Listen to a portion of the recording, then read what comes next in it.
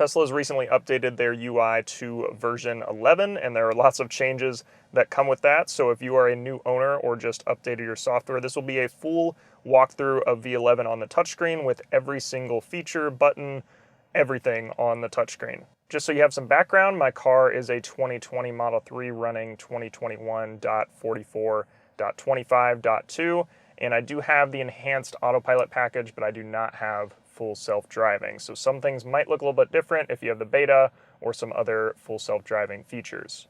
So first off, you'll notice that the touchscreen is split into some different sections here. So on the left side is this left pane, which is here all the time. This is not going to change no matter what you're doing, but it does look a little bit different while you're driving, so we'll see what that looks like in a second. On the right side is your map, so you've got all of your map information right here. This is at the bottom of any app you have up. So if you do have an app up, it might cover this map temporarily, but when you close that app, that map is going to reappear and it's going to be showing. And then on the bottom here, you've got your applications and some more quick controls. You've got the car controls, some AC controls, and this is customizable now with apps on version 11. So we'll get to that in a second, but first let's start with this left pane. So when you're in park, you can see your status or your gear right here. So you've got P, R, N, and D for park, reverse, neutral, drive. And you've got your car quick controls. So if I hit that front button, I'm going to open up the frunk. If I hit this button, I can lock and unlock the car. And then I've also got the trunk button, so I can click that to open up the trunk. And then if I click that, I can open and close the charge port. And you'll see it actually opens up the charging screen when I do that. And I can click that again to close it. Now let's get that out of the way. And then at the top, you'll see a quick just indicator of your state of charge. You can quickly switch between miles and percent just by tapping that. So if I click it, it'll show miles. If I click it again, it'll switch back to percent. And you've also got a quick shortcut to your charging screen. If you hit that battery icon right there, it'll pull up your charging screen to see what's going on with that. And that is about all that's on that left pane. We will do a short drive now and see what that looks like while we're driving, after I close the frunk and trunk.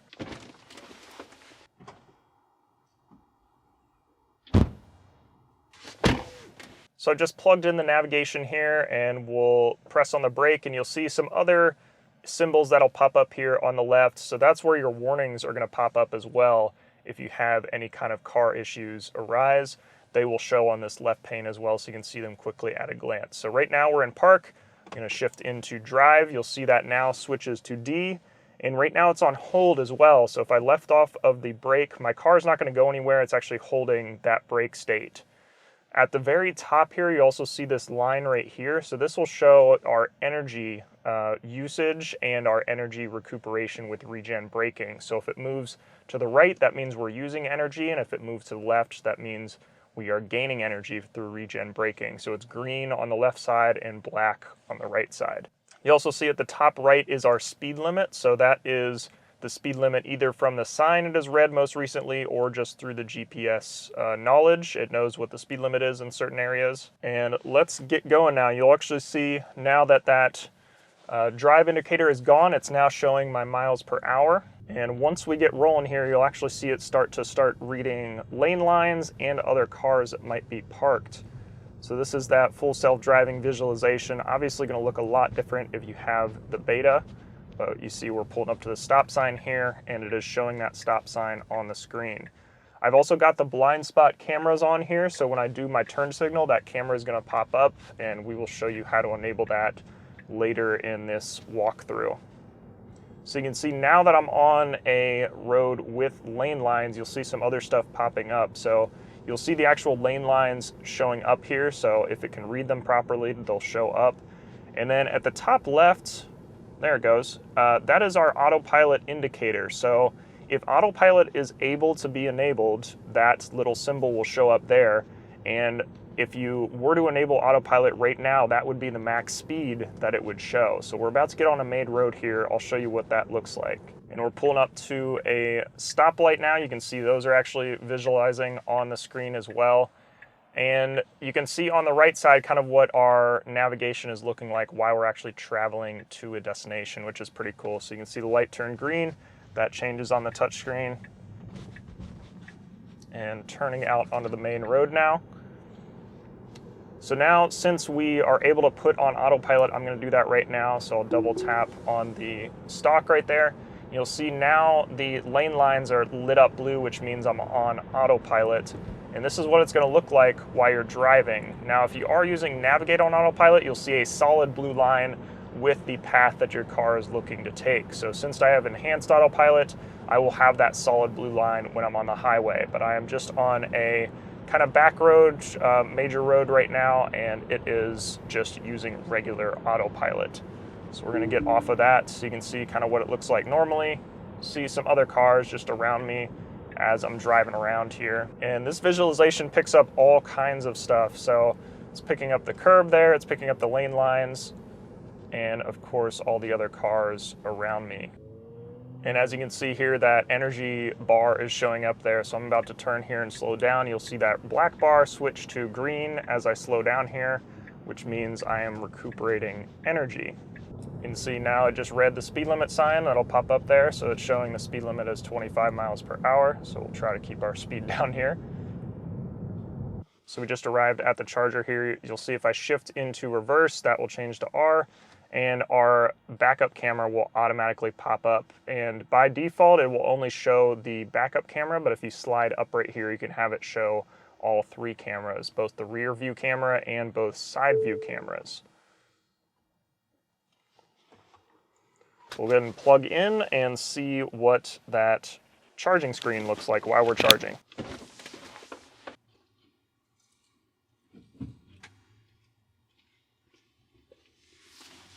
Okay, so I just plugged in there, and you may have noticed when I open my door, the car actually shows the status of the car. So if I do open my driver door, you'll see that it opens there.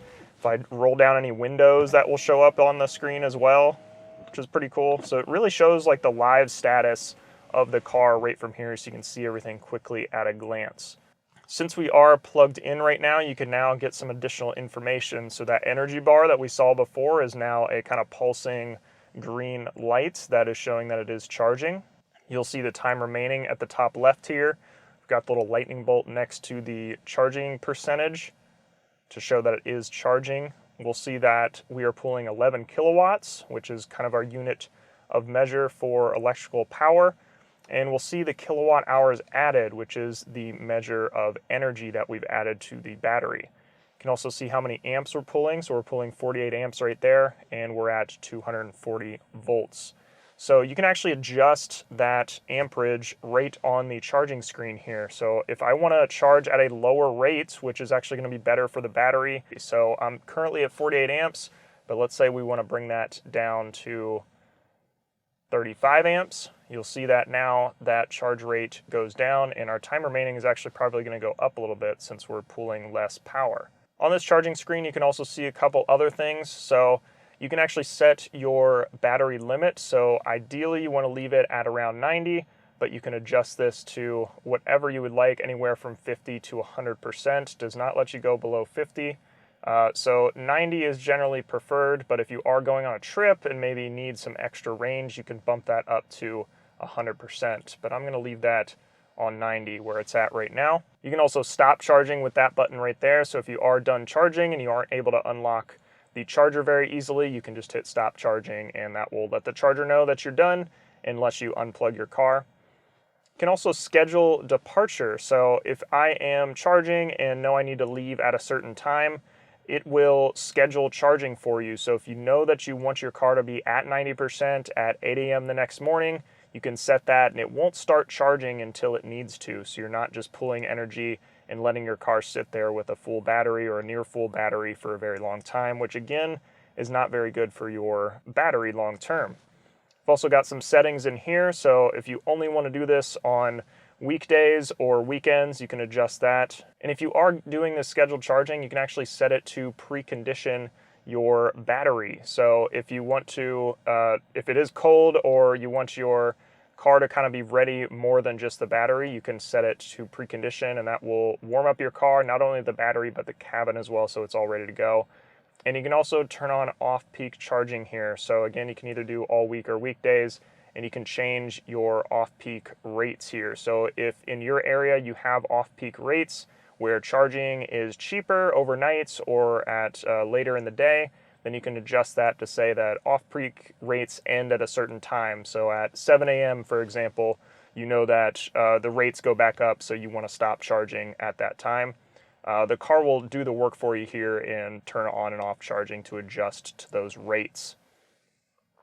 So if we go back there, we can close all that out. Here you can also see your last supercharging session. So I've got a ton of free supercharging, so my last session was free, but I did it at the Polaris Supercharger December 28th at 3:40 right there. You can also see some supercharging tips here, quick. These pop up for the first time if you do go to a supercharger after the update, but just some quick tips about supercharging here. I've covered these in other videos, but I'll leave that there for a few seconds so you can read through those. And that is about it on the charging screen. Let's get back to the main controls. And the way you get back to this screen, actually, let's close that and show how you open this up. So if you hit this car icon on the bottom left, you can click that, and that will automatically every time open up to this main screen with your quick controls. And Tesla has actually moved some things around here. So on the top bar here, you've now got some of the controls that used to be on the top bar in the old version of the UI. So you've got your profile right here, which is where you're going to adjust your driver profile settings. So right now I'm Alex, so I am logged in as myself here. But we can also adjust some of those settings if we go to driver profile settings. You can either add a new driver or adjust certain things that are going on here. So if you need to add a new driver, you can do that from here. You can also switch to valet mode from here. So if I turn on valet mode, you'll see now that the frunk open button is grayed out. So I cannot open the frunk anymore, and I also cannot open the glove box. So if I try to hit that, I can't open it. So if you want to lock certain possessions in the glove box or the frunk so that valet can't get to them, or anybody that's driving your car can't get to them, you can use valet mode to do that. And it does require a PIN. So there's my valet PIN. You can also see some other stuff at the top here. So we've got just any alerts that might have been happened while you were driving your car. You can also adjust your Bluetooth settings here, so you can see what Bluetooth devices are connected. So right now my Pixel is connected. I have this as the priority device, so if me and my fiance are in the car, her iPhone is also connected as a key to this car, but if we're both in the car, it will default to my device as the priority one. So it won't, if any texts come through on her phone, it's not going to pop up here. It will only bring up my text and bring up my information on the screen. Can also sync contacts and recent calls if you want to see that information on the touchscreen, which I'll show you in a little bit. You can also sync messages and chime on new messages if you would like. So I have those off right now just because I'm in a lot of group messages, and group messages don't work too well on my phone. So I have that off, but you can also sync those so that you're getting messages and text messages pop up on the touchscreen. You can also disconnect or forget your device here, or add a new device, which is pretty simple here, just like pairing any other Bluetooth device. We'll go ahead and close that and get back to this screen. This is also where you're going to see your network settings. So the top right, you'll see that I'm on LTE right now, but I can also connect to Wi-Fi if I would like to do that, as well as adjust some Wi-Fi settings or add a new Wi-Fi network. So we're still on this main screen here. And this is quick controls. So these are any kind of controls that you might want to adjust quickly while you are driving, or as soon as you park your car, or things like that. And at the top here are all your light settings. So I've got auto high beams and auto headlights on right now, but if you just want to have your parking lights on, you can adjust them to that. And you'll see the touchscreen is actually going to update as we make some of these changes. So if I just want to turn lights off, I can do that as well. Or if I put them on, you'll see that my headlights are now on here, and it's showing them on the touchscreen is on, which is pretty cool. But we're going to switch those to auto. And on the far right is our auto high beams. So if you do want auto high beams to be on, they're not enabled till you actually turn your high beams on for the first time. So they're not going to just randomly turn on. But if you are driving on back roads or something like that and want to keep your high beams on, you can do that. You can also fold and unfold the mirrors. So if I fold them there, can do that, and you'll see that it'll actually save locations here. So if there's a certain location you always like folding your mirrors, you can save that location, and your car will remember to fold your mirrors in that location. We'll go ahead and unfold those, and you'll see again it's updating on the touchscreen here on the left panel. can also enable child locks for your rear doors. You can also add window locks right here, and our glove box button is right here as well to open up the glove box. We'll go ahead and close that.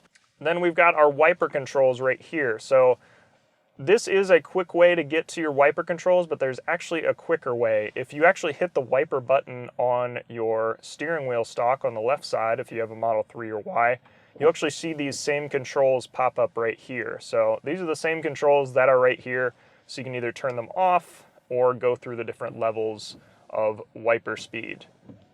I just leave them on auto. This works a majority of the time, but there are some occasions where I need to adjust it just so it stays on. You can also adjust the steering wheel from these controls, so use the left scroll wheel again to move it up and down or in and out. And if you'll see once you do that, these buttons pop up. So save will actually save it to your driver profile if you've moved things around, and restore will restore it to its original position if you have not saved it yet.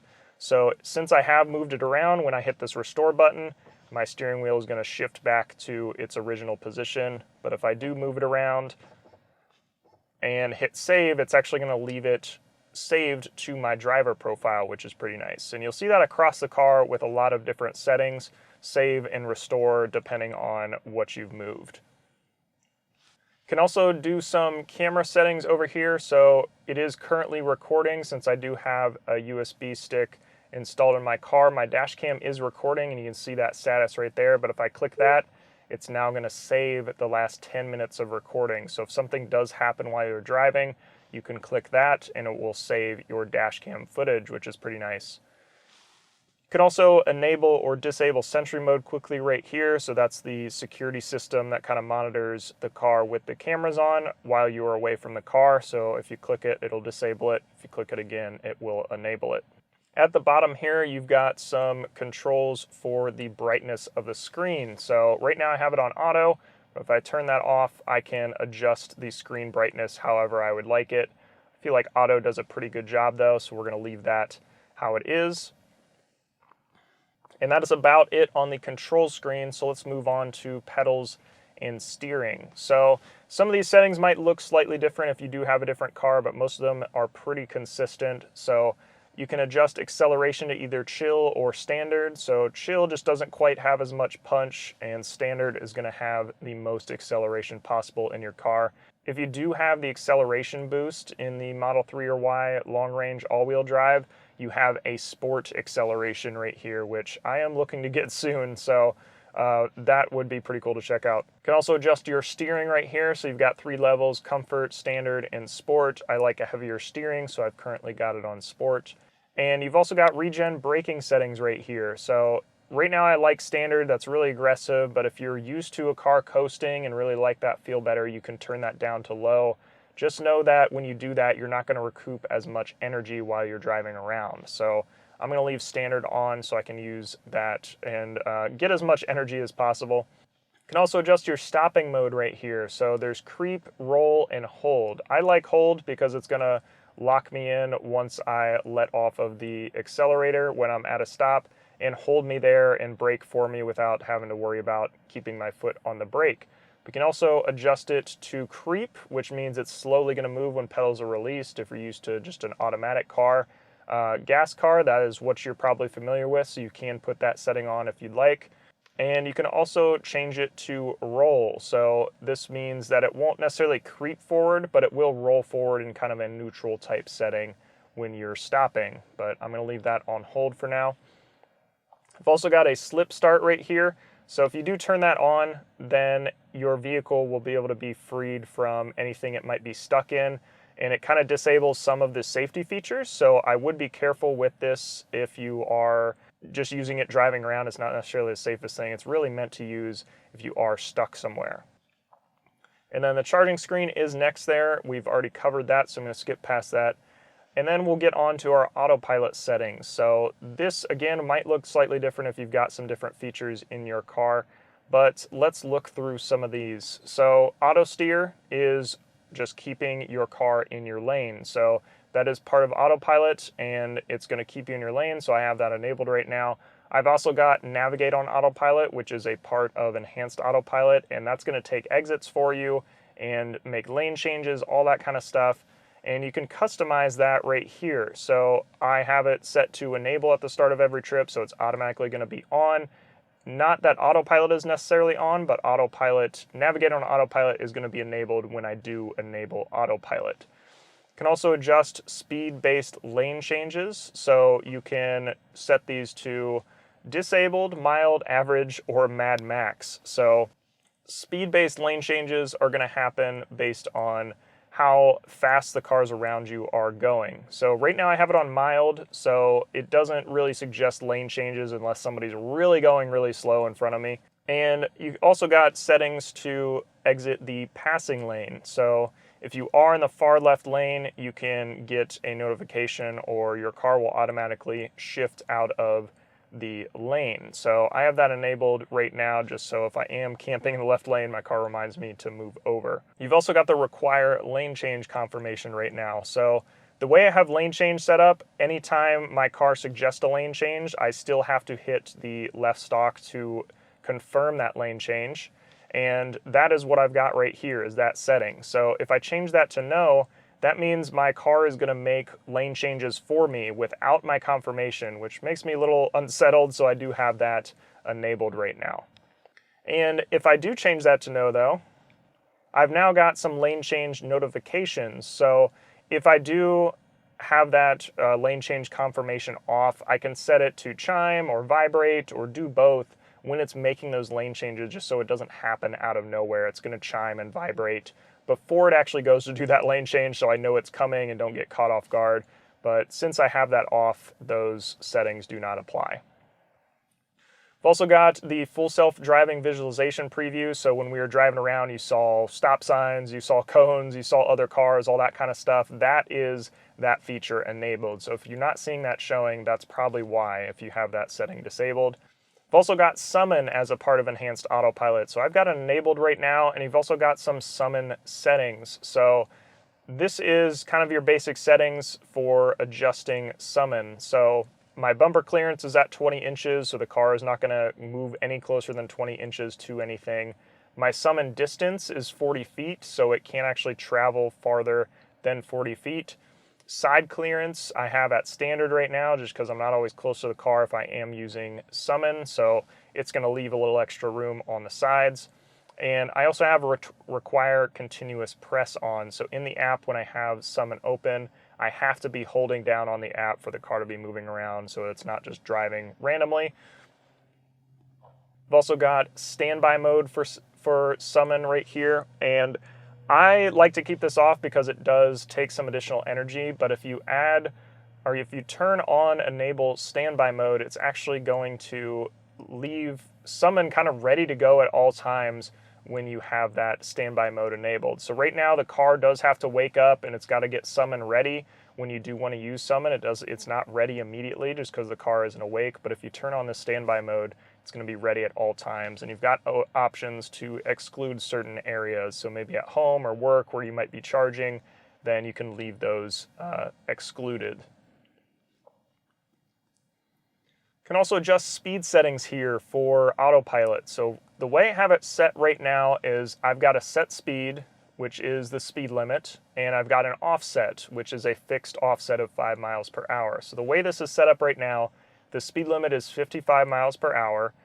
When I enable autopilot, it's going to have a fixed offset of 5 miles per hour. So that means that when I enable autopilot, it's automatically going to move to 60 miles per hour. Whether I am accelerating or decelerating or whatever it needs to do, it will move up to that 60 miles per hour whenever it can. Now you can also adjust those settings to be a percentage. So if you like being a certain percentage over the speed limit, then you can adjust that. And you've also got some quick settings here to see what that offset is right there. You can also adjust it to do based on the current speed. So if you are driving, just want it to be like cruise control, when you click on the autopilot, it will just set to your current speed. But I like, any time I turn on autopilot, I end up adjusting anyway to 5 miles per hour over the speed limit, so I've just left it like that. Now here are those blind spot settings right here. So I've got the automatic blind spot camera on, so when we were driving around, you probably saw that little camera pop up a couple times.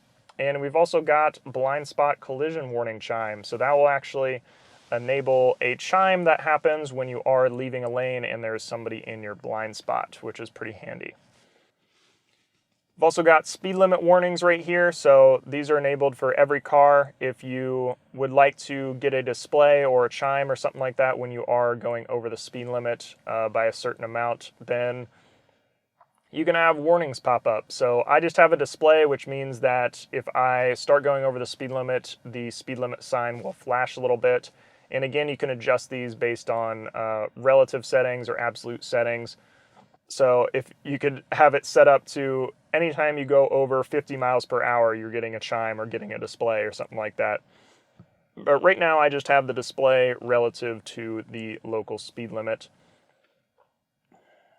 Can also adjust the forward collision warning right here. So right now I have this on early, which has actually saved me a couple times from getting close to rear-ending somebody. It does warn pretty early, so you do have plenty of time to react, but that will do a quick, like, kind of double ding and let you know that you're getting close to hitting somebody. And then we've got our lane departure avoidance settings right here. So I've got just the warning on right now, but you can also turn on assist, so it will actually pull your car back into the lane, which is pretty cool. Usually that's not an issue, me drifting out of the lane, because I am on autopilot, so I just have that on a warning right now. And then you've got some other settings here. I've got emergency lane departure avoidance turned on, automatic emergency braking, obstacle aware acceleration, and traffic aware cruise control chime. So this emergency lane departure avoidance, that is just included with every car. Automatic emergency braking is included. So this has actually saved me one time. I was backing into a driveway and got very close to hitting another car, but that emergency braking kicked on, actually put my car in park because I was in a slow speed at the time and prevented me from hitting another car.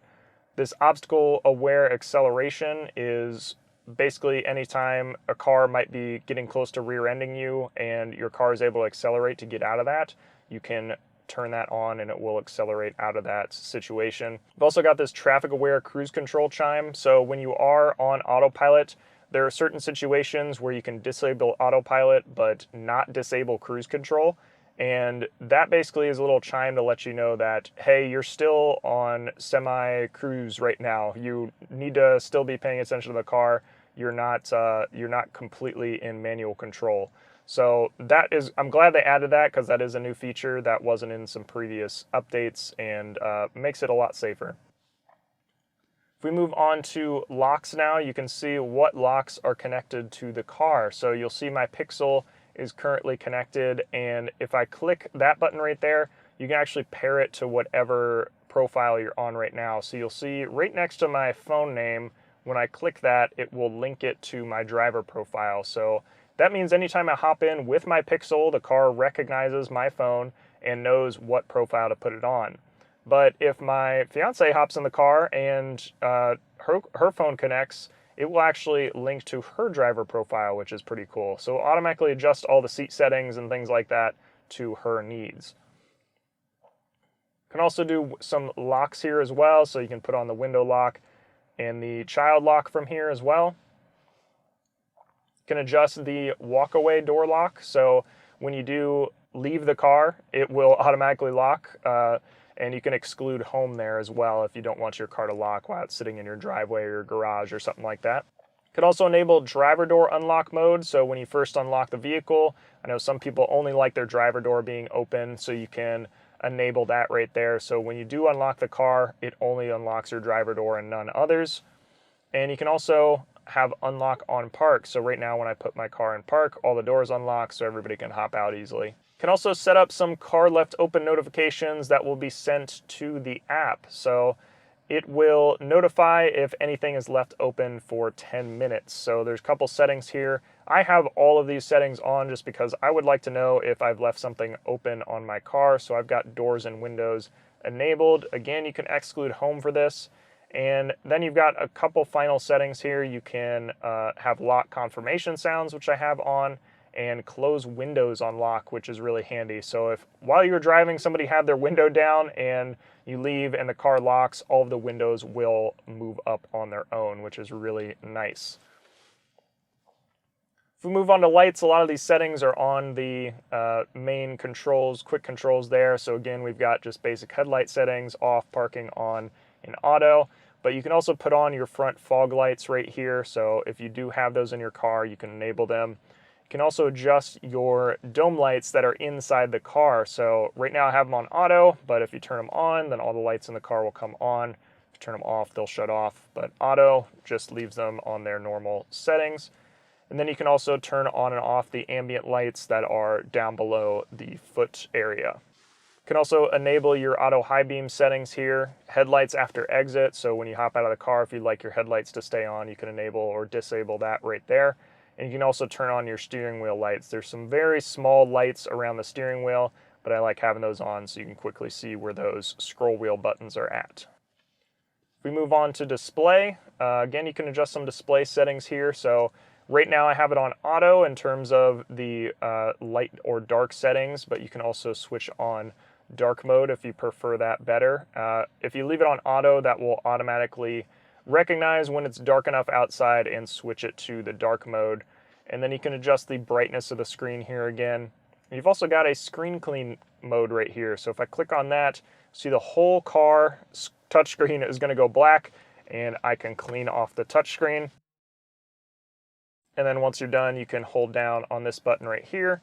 And when you hold down for 5 seconds, it will bring you back to the normal touchscreen. You can adjust language stuff right here. So your touchscreen language, mine is in English right now because that's the language I speak.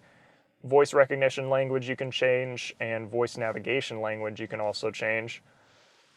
You can adjust your time settings right here. So right now I'm on 12-hour, but if I switch to 24-hour, you can show that. Can also change your energy display right here from either percentage or distance, but again, you can do that in the quick controls right here. And if you do change this to the distance, you'll actually see some of these charging informations have changed as well. So it's now showing charging speed in miles per hour instead of kilowatts. It's showing kilowatt hours added in miles, and the amps and volts are the same, but it's also showing our charge limit in miles. So that is pretty cool, but I am an engineer, so I like seeing the actual power and kilowatt readouts there. You can change your distance to either kilometers or miles on this screen as well. And then you can change temperature from Celsius or Fahrenheit. And you can also change tire pressure to either bar or PSI. And we'll show you where the tire pressure stuff is in a second. You can see trips on this page. And these are all of the trips that you've done. So our current trip is 3 miles and 9 minutes. That was from when we were last parked to where we're parked right now. Our since last charge trip is right here. And these two are here all the time. So your current trip and the since last charge trip are always at the top. But then you've got 2 custom trips here. So I've left my lifetime trip right here because the odometer doesn't show some of this information that I like to see. So I've kept that since I first picked up my car. And trip 1 I just have to use whenever I'm doing videos or testing things out. I can use that. So you can reset those trips right here. And the best thing to look at on this screen is actually your average energy used. So when I am taking a long trip, I often look at this current trip to see what my watt hours per mile usage is, which is essentially your energy consumption or your efficiency while you're taking that trip, which is pretty neat. If we move on to navigation, we can do some of those settings here. So I turn that navigation volume down while we were driving, but if you are having navigation volume up, you'll actually hear your GPS telling you when to take turns, what's coming up, all that kind of stuff, and you can adjust that volume there. Or when you're actually doing navigation, you can use the scroll wheel when that voice is talking, and it will adjust just the navigation volume and not your media volume, which is pretty cool.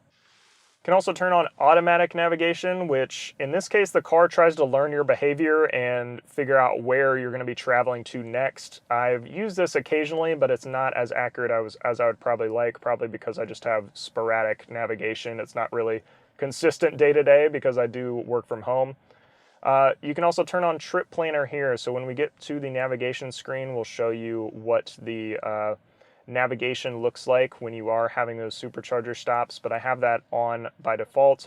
so that it automatically adds supercharger stops to my navigation if I do need to charge along the way.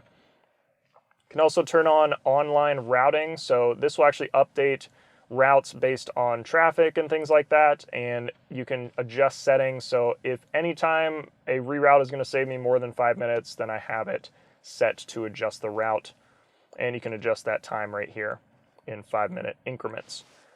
You can also set it to avoid ferries, tolls, or use HOV lanes. If you are using some of those autopilot features, it will get you over to those HOV lanes so that you can drive a little bit quicker. If we move on to the safety screen here, we'll see that we've got some safety settings. So I've got mobile access enabled, so that essentially allows me to connect my phone to my car and change some settings. Can also enable the parking brake. So if I put my foot on the brake, then I can click the parking brake and it will put that on. Can also power off the touchscreen here. So if you do need to reset it, a kind of soft reset, you can power off the touchscreen there. It'll turn it all black, shut down the computer for a little bit. Can enable speed limit mode from here, which is interesting. So if you do have somebody borrowing the car, you can adjust the speed limit so that the car can't go over a certain speed. And then we've got our Sentry Mode settings down here at the bottom. So I've got Sentry Mode on, but I'm excluding home. So when I am parked and just plugged in at home, I'm not going to use extra energy turning on Sentry Mode when the car is in less danger. You can also enable the live camera via mobile app. So in a recent app update, you can now see the live camera view of Sentry Mode from your app, which is pretty neat. So you've got to have that enabled to use that feature. Got some dash cam settings here, and this is where I think your settings should be so that you don't have to go into the quick controls and hit save anytime there's a dash cam situation.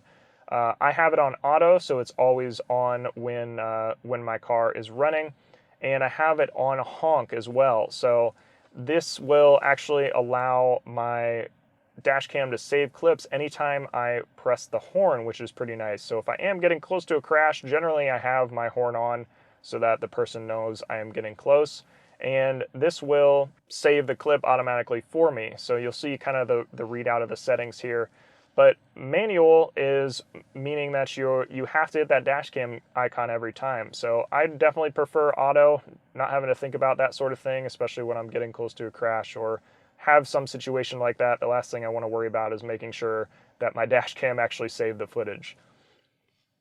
Can also delete dash cam clips here. So if you are running out of space on your USB drive, you can click that to delete dash cam clips and free up some space. And if you do have a third-party USB drive, you can format it by clicking that button. I'm not going to do that because I have mine formatted already.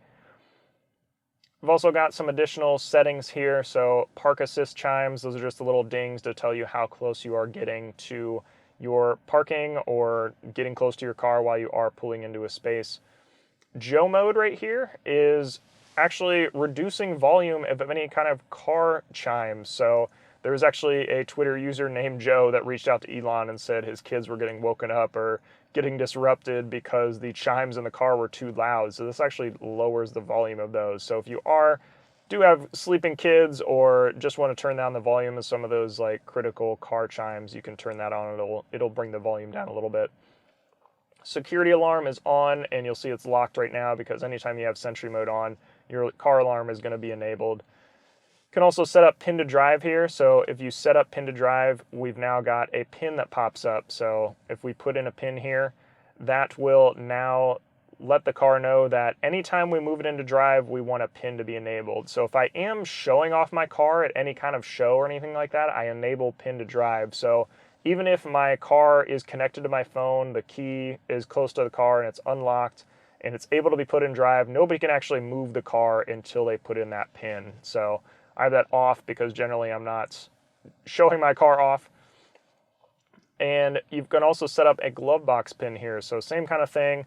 If you set up a pin for your glove box, you can do that right here. So then if I go to open the glove box, it's actually going to require that pin to unlock it. So if you do want to keep things hidden in the glove box there, based on a pin, you can do that from that setting. And then lastly, we've got cabin overheat protection, which I actually probably need to turn off now because it is 25 degrees out and do not need it. But this will actually turn on the AC in your car if it gets above a certain temperature. So if your car interior gets over 105 degrees while parked, it will turn on the AC for a little bit to cool your car down. So if you don't want to come back to a blazing hot car, if you're just running into a store in the summer and it's crazy hot out, this will kind of regulate the temperature a little bit for you. It does have some kind of safety features here, so you're not wasting a ton of energy. It will only do this for 12 hours after you leave. So if you are leaving your car parked somewhere for multiple days, it's going to disable this feature. And it will only turn on if it goes above 105. So really those higher temperatures, and it only brings that temperature down to 105. So it's not keeping it a balmy 70 degrees. It's bringing it down to something that's somewhat reasonable at 105.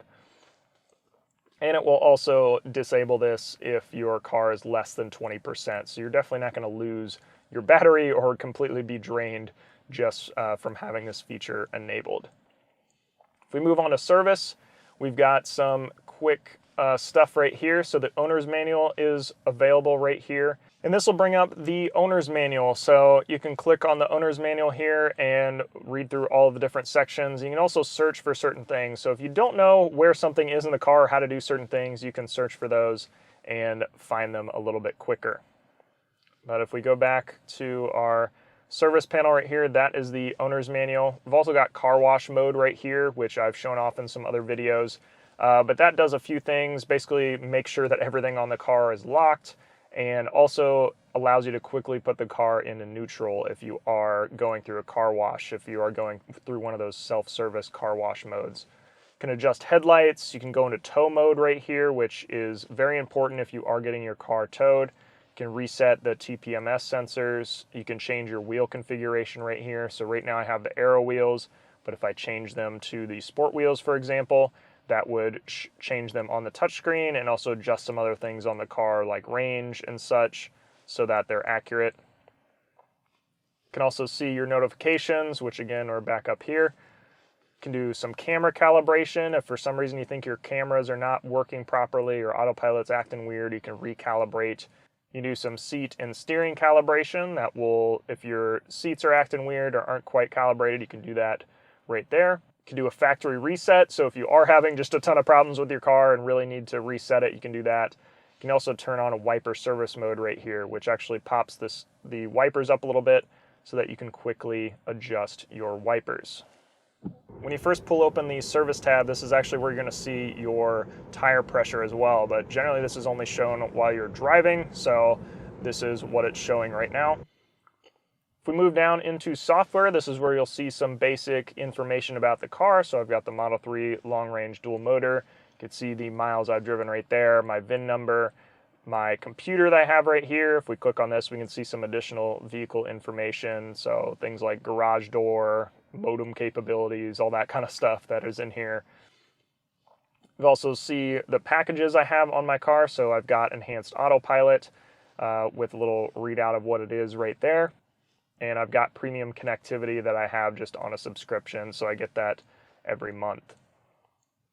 I've also got our latest software right here and what version I'm on, and if I click on the release notes, you can actually see a visualization of what has been added with the latest software update. So if you did get a software update and are wondering what is new in that software, you can click through on these different tabs and see what has been added. We move back to our software tab here. You can also adjust your software update preference. So if I have advanced selected, basically means I'm going to get software updates as soon as they become available for my configuration of car. But the standard will basically kind of let that happen whenever you're next connected to Wi-Fi or something like that. It's going to roll out a little bit slower if you're on standard. So I like having the latest software, so I have that on advanced. You can also adjust data sharing right here. So this basically shares data with Tesla to help them improve their features. So you do have to opt into this, and I have, because I do want Tesla vehicles to be better, even though they're pretty good already. But you can turn on or off data sharing right there. And then at the very bottom, we've got this upgrade tab, and I actually don't have any upgrades available right now, but I could upgrade to full self-driving, so I'm not sure why that's not showing. But if you do have any upgrades available, you can buy them from that tab. So that is about it on the car controls and car settings menu right there. Let's walk through a couple other things real quick. We'll move on to the navigation from here, and this is what I interact with probably most in the car. But first off, let's just put in a place to travel to. So let's do somewhere far away like Chicago.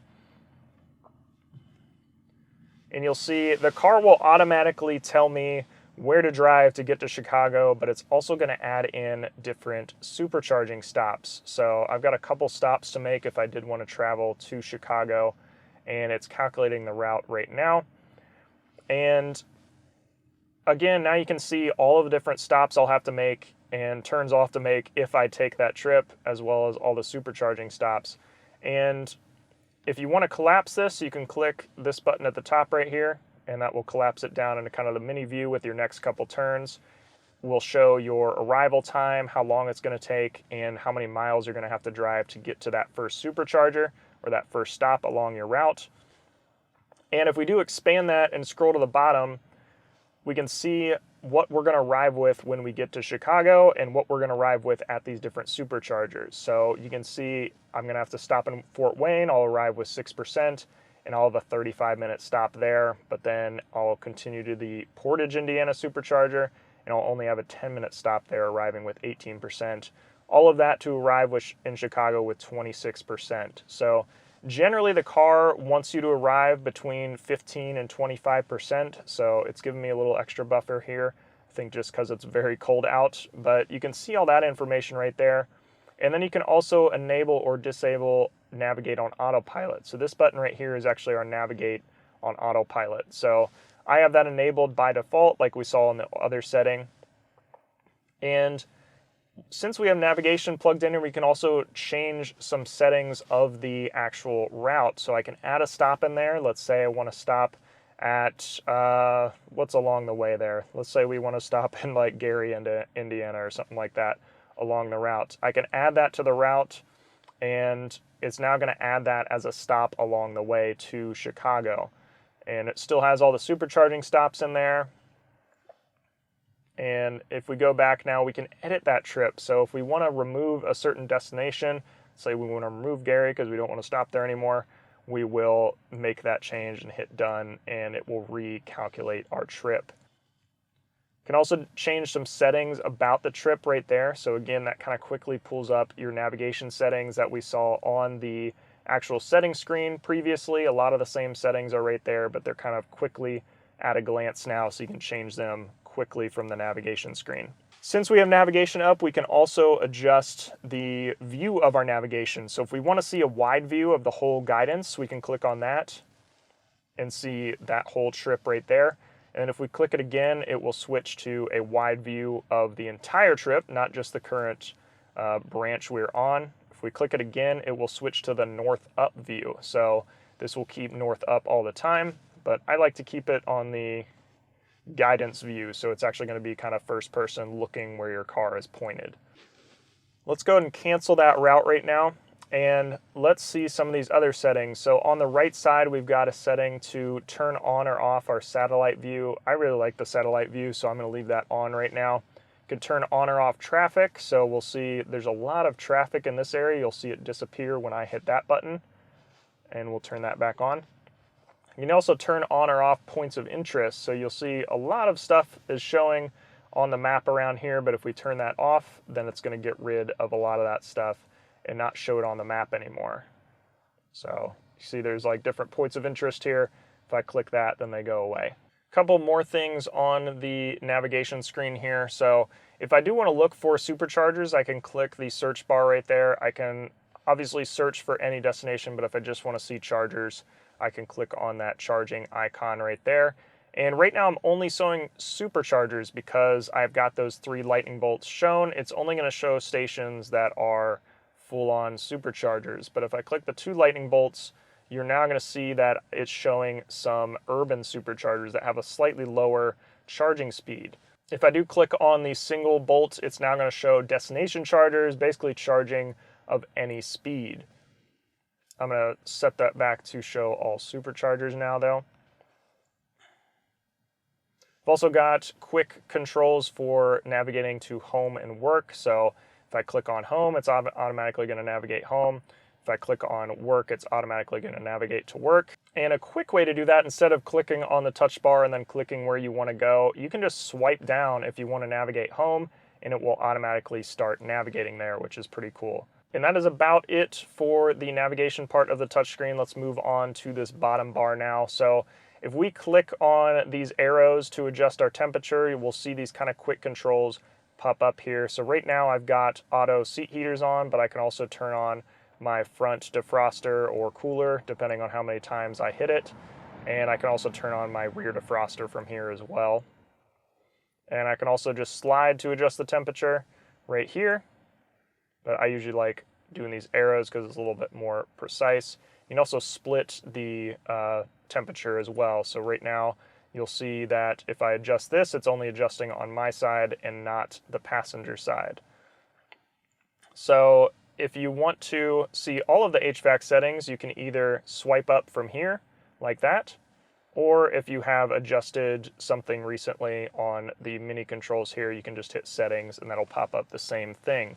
So from here, it's all in auto right now, so a lot of things are grayed out, but if I turn off auto, you can see more things are now popping up. So I can again do the front or rear defrosters right here. I can turn on or off AC from there. I can adjust fan speed. I can also turn on or off recirculation of the air in there.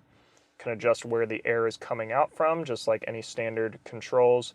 And I can also turn on my seat heaters from here, adjust how much I want those on. And there's a new auto setting for these as well, but it requires the auto HVAC on as well. So if I have those on auto, it's basically going to adjust the temperature of the seat heaters. However, the temperature in the car is set. So if it is cooler, it's not going to have them on as high. But if I crank this up to like 80, it's going to turn it on warmer. You can also schedule any kind of HVAC preconditioning, which is pretty cool. So if you have scheduled charging on, it's going to do this as well, but it will essentially precondition your car so that it's all ready to go in the morning. So if you have scheduled charging on and scheduled departure on, your car is going to be warmed up or cooled off and ready to go at that time you set. We've also got some additional HVAC settings on the right side, which just disappeared. You can either hold the climate at whatever it's at until the car reaches 20%. So if you do leave the car, you can leave the climate enabled. We've also got dog mode here. So if we exit the car, it's going to keep dog mode on and keep the HVAC running. It also brings up a nice display that says, "My owner will be back soon," and the car is being kept at a constant temperature. And then we've also got camp mode here as well, which enables some additional features, but it also allows you to just camp in the car if you do want to do that. I did a video on my channel testing that out if you want to see that in action. And we're going to turn those off right now though. And then we've got our rear controls as well, so we can adjust seat heaters for the rear passengers back here, and we can also turn on or off the rear fan. So that is all the HVAC settings. Now let's get on to these apps. So the only thing I think I missed here is just our volume controls. These are more for passenger than anything else because you can quickly adjust those from your steering wheel here. So all of these apps here are now customizable. So if I hit this button right here, I can see all the apps on the touchscreen. And if there's a certain app I want to be on these first four right here, I can hold down and drag it down here and it will take the place of whatever app I'm dragging it in front of.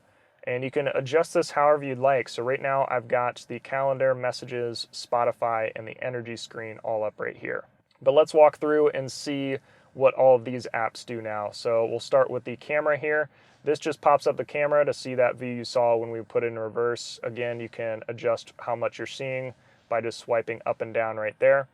You can pull up the dash cam. This allows you to actually watch dash cam footage and see what's going on with your saved clips, as well as all of the recent clips that went on. This is also where you can watch any sentry mode stuff that has happened. So you can see this is the last 45 minutes of me chatting in the car, all around the car, of what's been going on. And you can then also see your sentry mode and dash cam clips here, whatever you want to pull up. So we'll close that. If we pull up the phone, this will actually pull up your recent calls. Since I have those synced right now, I can see all of those right there. I can see my messages, which are not synced right now. I also got a dialer right here. I can see my contacts, see my favorites, so I can quickly call them, and then actually see my phone calendar. So this is actually linked to my car. So anytime I have an appointment or something going on, I'll add the address to that calendar invite, and then when I hop in my car, that address is already in here, and I can see that quickly at a glance. If we go into the theater, you can see Netflix, Hulu, Disney+, YouTube, Twitch, all that stuff is in here as well. If we go on to arcade, this is in the same app here, but this is where you play all the different games. I'm not going to go through all of them. If we go into Toy Box, again, this is in the same one. This is where you kind of see your Easter eggs and other stuff that is on the touchscreen. If we go to our browser, this is where we can load web pages and pull up things in the car if we want to pull up a browser or any web page of any sort. If we go into our Bluetooth settings, this pulls up the Bluetooth connectivity for music. So if you want to play music directly off of your phone, you can connect devices in here or choose the device you want. Radio is in here as well, so you can scrub through the different channels. And this is nice because it's actually a visual view of what these channels are and what their readout is, or their abbreviation for the channel is all in here. And you can also do direct tune if you would like to a certain station. Streaming will pull up the streaming tab, and this is actually with Slacker Radio.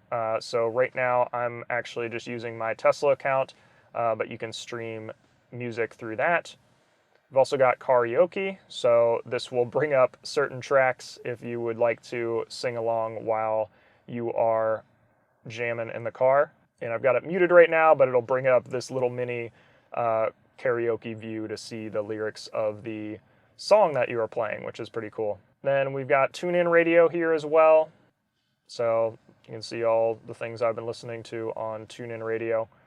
And we've also got Tidal down here as well. So this was recently added, but you have to log in to use Tidal, so you'd have to scan that QR code to sign in. Then we've also got USB. So if you've got songs on a USB that you want to keep and listen in the car, you can put them on a USB stick and listen to them in here. And these are actually boombox sounds, so that's why they're popping up in here. They're on my USB stick. So that is all the apps right there. If we go back down to the apps I have saved at the bottom here, I've got my calendar, which is on that same phone screen. I've got messages, which is on that same phone screen.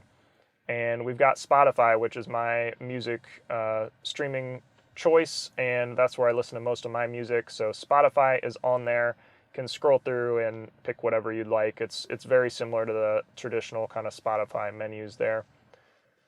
And we've also got our energy screen. So I look at this a lot on road trips as well to see my consumption and what's been going on with the car. So you'll see our average efficiency on the left side and our projected range on the right side. It can also show instant range. So if I were to continue driving, I would have 222 miles of range if I kept driving exactly how I was right now, or average, which averages the last 30 miles of driving. So if I were to continue traveling the same way I was the past 30 miles, I would have 205 miles of range. But then our average on the left side is 288. So that's the average efficiency I've been using over those past 30 miles, but you'll see that changes as I adjust for more recent driving.